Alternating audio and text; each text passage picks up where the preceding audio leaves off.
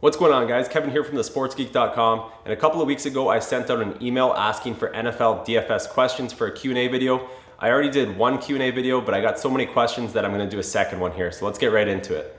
Is it smarter to pay less for a quarterback and spend more for your receivers? So I think generally that's a pretty good idea, paying up at receiver and then saving some money on positions like quarterback and running backs. It's not going to work every week. Sometimes all the highest scoring quarterbacks will be the most expensive, but I think generally it's a pretty good strategy to not pay as much for a quarterback and to spend that money on receivers. What new tools from Fantasy Labs are you looking forward to use the most in comparison from last year? So Fantasy Labs has done a great job with their new lineup generator tool, and they've got a bunch of different options that you can use within the new lineup generator tool. I think I'm really looking forward to that and their matchup tool. Do you usually stack players? So I think I've probably talked about this a bunch of times in the past, but I might as well answer this question again. Yes, I'm pretty much always stacking players 99% of the time. I'll pick a quarterback with at least one receiver or tight end. And sometimes I'll stack a quarterback with two receivers, maybe a receiver and a tight end, maybe a running back, a receiver. Lots of different ways to stack players, but I'm always stacking, most of the time, I'd say 99% of the time, I'm stacking a quarterback with at least one of the players from his team. What is your DraftKings NFL GPP strategy? I have a pretty good video on DraftKings Strategy. I've actually done two. I did one this year and one last year. Check those out on my YouTube channel. How many points will you need this year to take down a big tourney? So it's usually somewhere around 220, maybe 240 points, somewhere around there. I've seen people take down big contests with 200 points, and I've seen a couple slates that have gone with a lot lower scoring, where the winner has around 195 points. So usually around 220 points would be a really good lineup. How far down the ratings on Fantasy Labs do you stop looking at positions? Or if you're high on someone before looking at ratings, but they don't rate well, do you still roster them? So I'll generally look at every player, no matter where they rate, and just kind of get a feel for the different ratings and maybe see why some guys that I liked ranked lower. And if I'm high on a guy who does rank low, I'll kind of look into it a little more, but if I still like him, even though he's got a low rating on my Fantasy Labs model, I'll definitely still roster him if I like him. How will you handle sit-start decisions with the elimination of the probable injury designation by the NFL? So if you guys didn't hear about that, the NFL is no longer allowing teams to call players probable. They have to be questionable or healthy or out, and it's gonna be really tough. We're gonna have to probably watch news right up to kickoff, and if you're playing players from the later games, you're probably gonna have to watch right up to 4 p.m. So I'm definitely gonna have to be more active this year watching for the injury news. You've referenced listening to podcasts as part of your research and preparation. Any good ones you can recommend? My first would be Fantasy Labs. Second, DFS The Edge by DraftKings.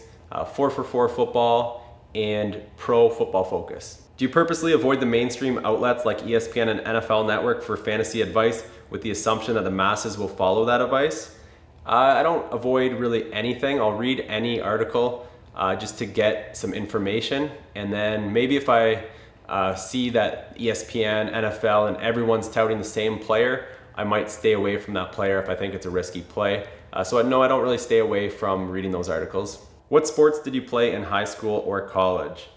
So growing up, I've always played hockey. So I played hockey in high school as well. I played football in high school, started that in grade 9, played running back, and then went to university here in Canada for a year, played some football there, and then I still to this day play hockey a couple times a week. Big hockey player. Wish I could play football still. I do play some touch football with some friends sometimes on the weekend, and then I play slow pitch as well just for fun, just like a men's league slow pitch. Any book recommendations for DFS to help us newbies get better?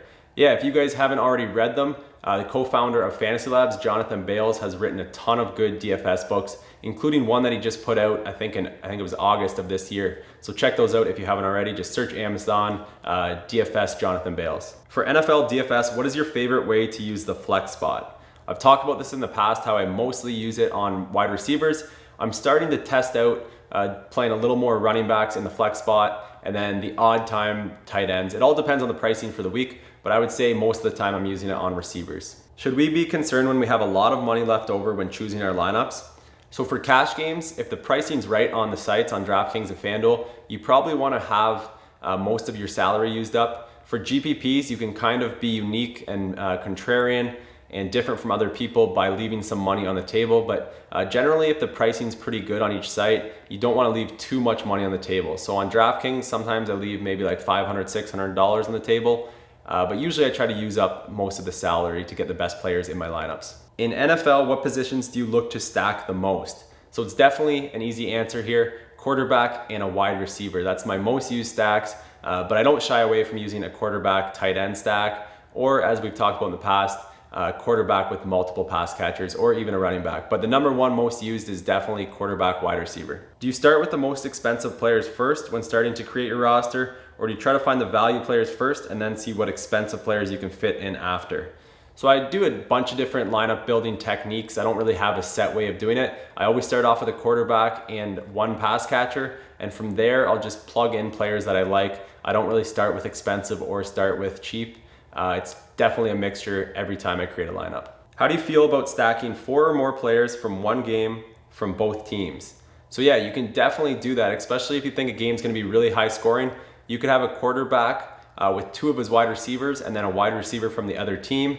You could have a quarterback with a wide receiver and his running back and a receiver from the other team. If you think it's gonna be a high scoring game, I'm perfectly fine with using 4 or 5 players from that game. How long do you spend on each Sunday looking at players and making final decisions on who you're gonna play for that week? So I try to get my lineups done on Friday or Saturday, and then depending on the injury news will determine how long I am looking at my lineups on Sunday. But usually I have them set Friday or Saturday, and I don't change too much unless there's some big news. But when I'm creating my lineups, when I'm making my final decisions on Friday and Saturday, I'm usually spending like 4 or 5 hours on that. Quite a few lineups going in each week, so I gotta spend a lot of time to get everything just how I want it. All right guys, so that's all the questions I had for this NFL DFS Q&A. If you guys enjoy these Q&A videos, make sure you click that thumbs up button. Good luck in your contest. Cheers.